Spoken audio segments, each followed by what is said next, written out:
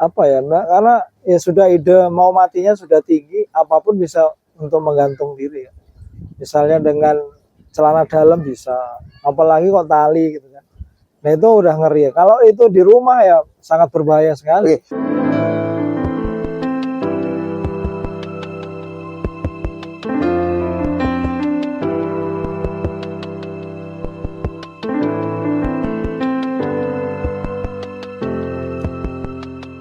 Bismillahirrahmanirrahim. Assalamualaikum warahmatullahi wabarakatuh. Kita masih berjumpa dalam kegiatan dialog yang saya yakin ini bermanfaat buat kita semua, buat masyarakat umum atau buat lembaga-lembaga instansi yang mengelola di bidang rehabilitasi atau rumah sakit khusus untuk hal-hal kesehatan jiwa. Hari ini masih di studio terbuka Panti Rehabilitasi Gangguan Jiwa dan Narkoba Wisma Ataraxis bersama saya Abdul Aziz Tabrani, dan hari ini kita akan mengangkat topik yang sungguh luar biasa karena topik ini banyak dipandang sebelah mata oleh sebagian besar masyarakat kita. Topiknya adalah bunuh diri. Jadi beberapa waktu yang lalu kita di lembaga rehabilitasi dikejutkan karena adanya kasus bunuh diri di sebuah lembaga rehabilitasi, dan itu terjadi sampai 2 kali kalau di beberapa media dimunculkan. Ternyata pada saat kita buka Google, kita tanya angka bunuh diri di Indonesia tahun 2024 sampai dengan Agustus 2024 ada 849 kasus bunuh diri. Nah, yang dilaporkan ini adalah kondisi bunuh diri yang sudah meninggal. Sementara yang harus kita tolong adalah masyarakat atau orang yang dia melakukan percobaan bunuh diri. Artinya masih percobaan bunuh diri. Karena ini kalau kita biarkan, dia juga akan berlanjut terjadinya bunuh diri. Sore ini sudah hadir bersama kita seorang program manajer di Panti Rehabilitasi Gangguan Jiwa dan Narkoba. Beliau juga salah satu aktivis di bidang kesehatan jiwa, yang beliau juga bekerja di Rumah Sakit Jiwa sebagai kepala ruangan Psychiatric Intensive Care Unit atau PICU, ruang intensif untuk pasien-pasien dengan psikiatrik. Bersama kita ada Bro Andi Susanto. Assalamualaikum Bro Andi. Waalaikumsalam. Sehat ya Bro? Alhamdulillah sehat. Jadi ini menarik sekali Bro, topik yang kita angkat sore hari ini sebenarnya, karena tidak sedikit masyarakat atau orang terlena dengan ancaman bunuh diri. Sebenarnya sebenarnya ancaman bunuh diri ini mitos atau fakta? Artinya, buat kesehatan jiwa.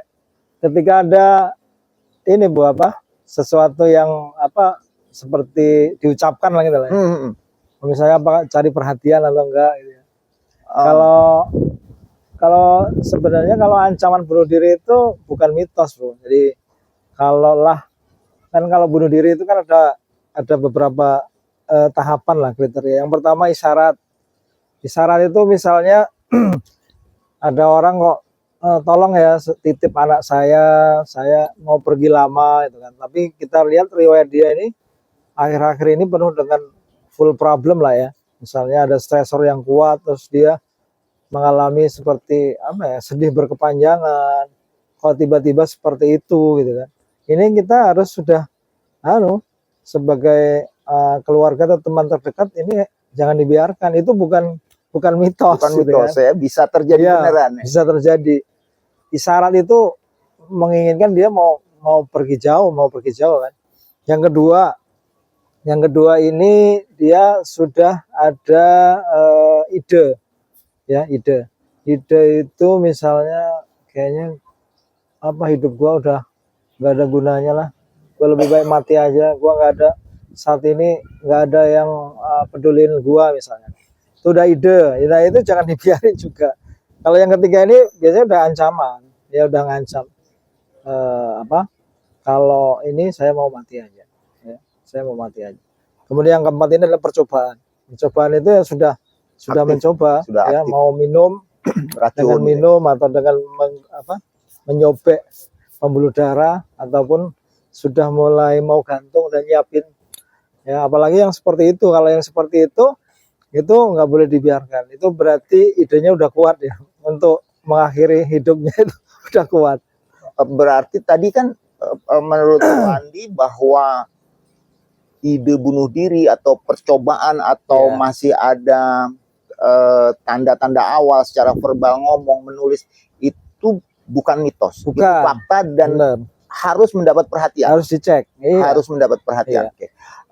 Terkait ada di beberapa pemberitaan ini yang kalau lembaga rehabilitasi atau saat ini misalnya ruangan Bro Andi di rumah sakit jiwa yang menerima pasien dengan indikasi suicide namanya ya, di antara 4 hal tadi ya.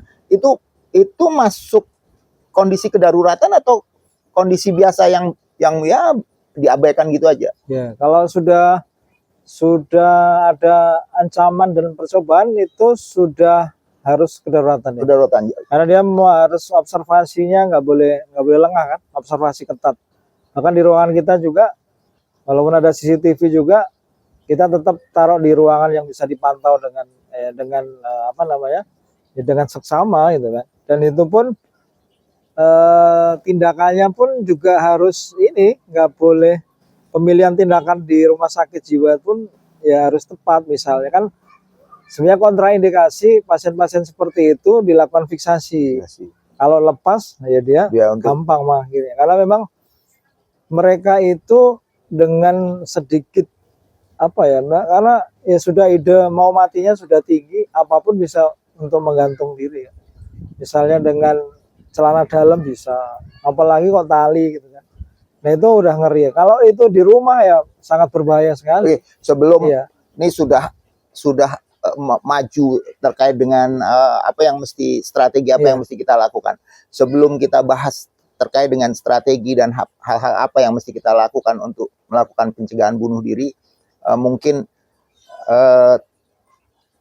terkait dengan kebetulan Bro Andi ini sebagai program manager di Wisma Ataraxis yang sudah barang tentu dalam menangani pasien-pasien dengan penyalahgunaan zat, kemudian masalah-masalah gangguan jiwa, ada yang masuk dengan indikasi bunuh diri tadi. Nah, bagaimana cara sebuah lembaga atau masyarakat atau institusi-institusi tempat rehabilitasi men-screening untuk pasien-pasien bunuh diri ini, sehingga pasien bunuh diri yang memang dia terindikasi ada percobaan bunuh diri atau ancaman dan lain sebagainya itu bisa dengan mudah di-screening oleh petugas yang ada dan mendapatkan bantuan atau mendapatkan perhatian khusus terkait dengan penanganan bunuh dirinya. Ada terkait penyalahgunaan zatnya ya, Bro?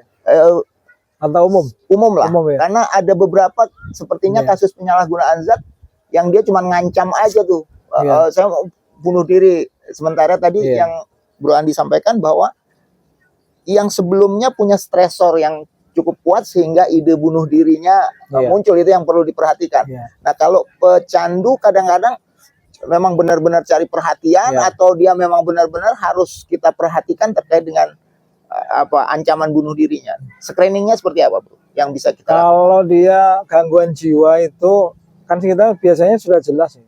Ketika dia mau dibawa untuk rehabilitasi rawat inap, itu memang informasinya sudah real ya, sudah ada keluhan utama, keluhan yang menyebabkan dia dibawa sini kenapa. Terus kalau biasanya ada yang sudah nyata bahwa dia memang sudah ada percobaan. Dari informasi keluarganya. Kadang beberapa pasien tuh kalau gangguan jiwa memang belum bisa di asesmen ya, atau belum bisa dianamnesa.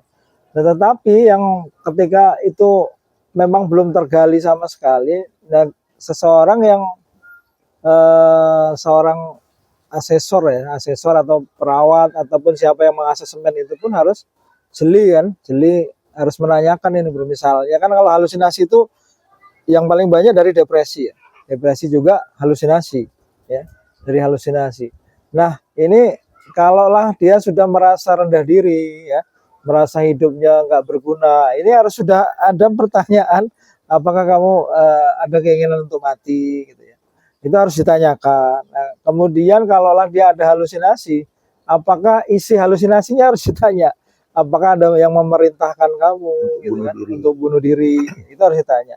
Nah, kalau pada pasien dengan penyalahgunaan zat, di screening dan asesmen itu ada informasi yang menyatakan yang harus digali terkait dengan riwayat psikiatrik, ya. Riwayat psikiatrik itu harus tergali. Itu pun tergali kan. Kalau halusinasi apa isinya, ya. Terus kemudian kalau lah dia akhir-akhir ini merasa sedih berkepanjangan, itu harus digali, harus diekspor lagi.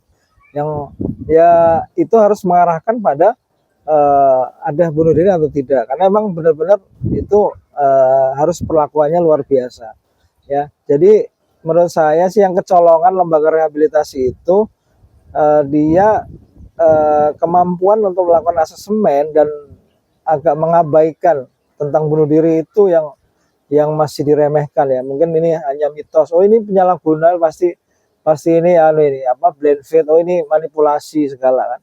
Padahal tidak, untuk bunuh diri kan. Padahal kalau ada keinginan bunuh diri harus benar-benar diekspor bunuh dirinya karena apa. Terus itu dari mana, ya. Terus apa? Kalau suara-suara bisikannya seperti apa. Nah, itu harus dikonsultasikan ke psikiater untuk mendapatkan bantuan terapi. Nah, gitu. Tadi screening itu berarti tidak hanya ke pasien saja, ke klien saja, ya. Jadi keterangannya mesti kita peroleh dari berbagai keluarga, pihak, ya. Betul. Mungkin dari keluarga, kalau ada teman mungkin juga bisa dari teman karena keluarga nggak melihat. Nah, yang tidak kalah penting tadi pernyataan Bro Andi bahwa kalau lembaga itu mungkin kejadiannya sampai bunuh diri karena colongan. Nah, kecolongannya ya dianggap ini mah pura-pura aja. Apalagi kalau di beberapa media yang saya baca, dia dari rumah memang sudah ada indikasi. Jadi dari rumah keluarganya udah ngomong pernah mau melakukan bunuh diri gitu kan. Sampai di lembaga akhirnya benar-benar bunuh diri. Nah, apa kira-kira yang bisa dilakukan oleh masyarakat atau lembaga terkait ketemu nih?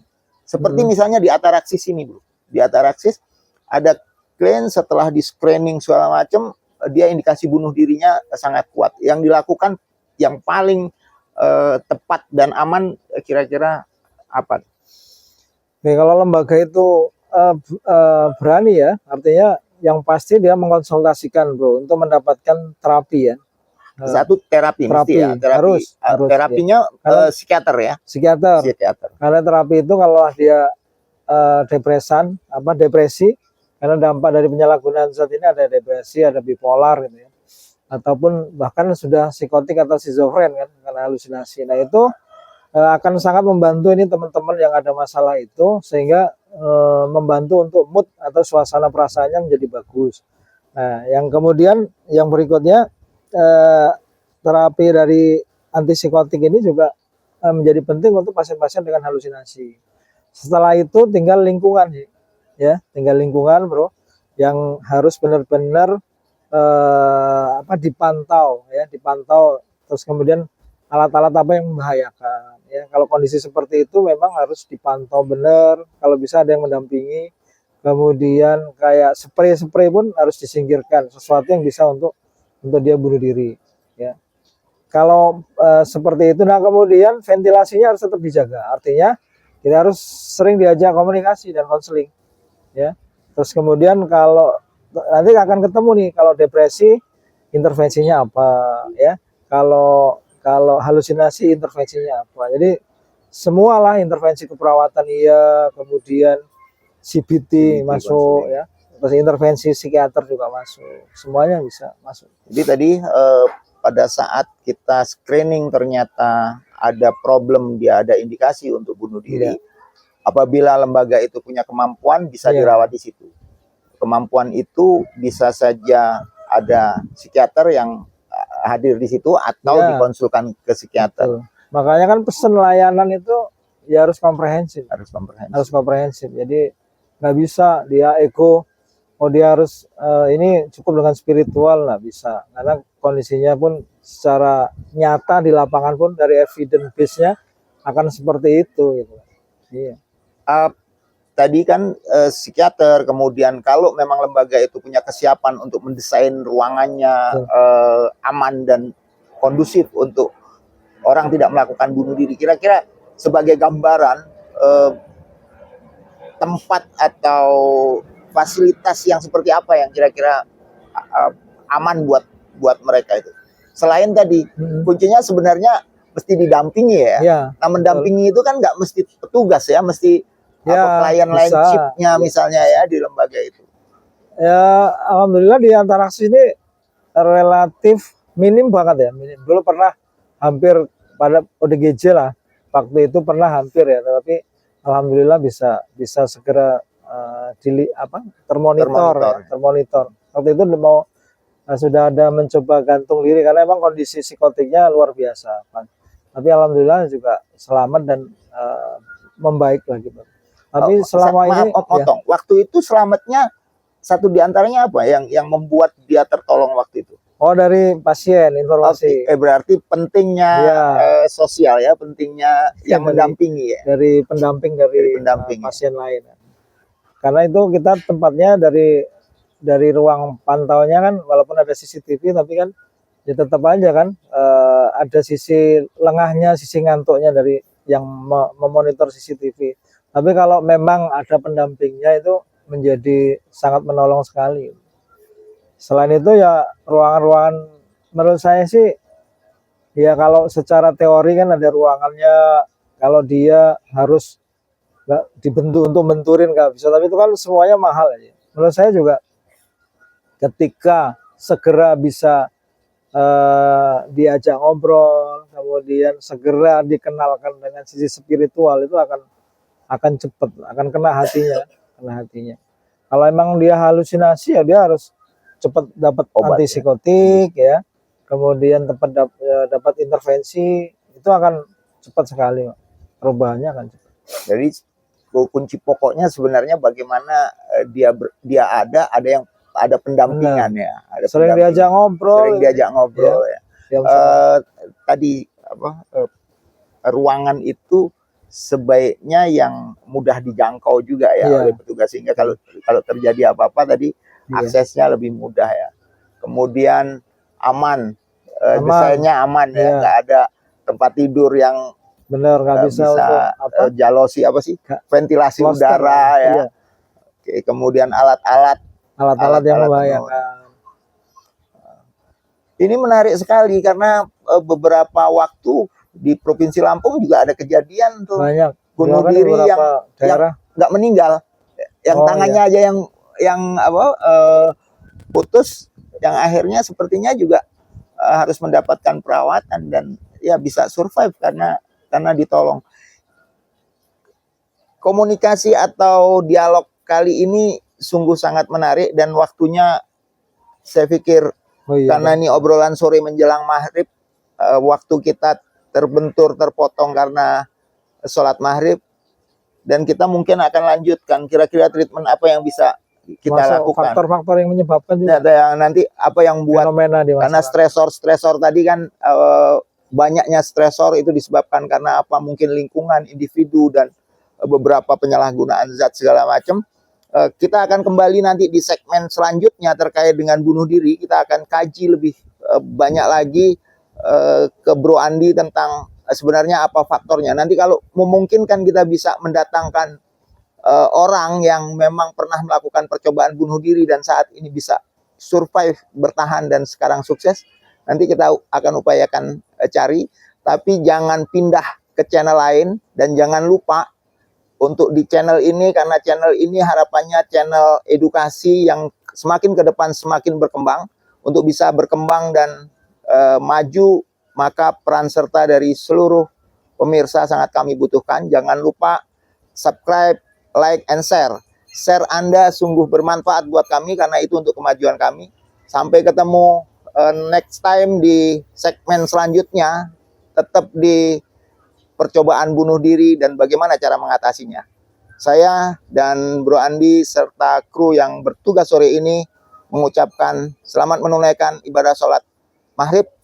Wassalamualaikum warahmatullahi wabarakatuh. Waalaikumsalam.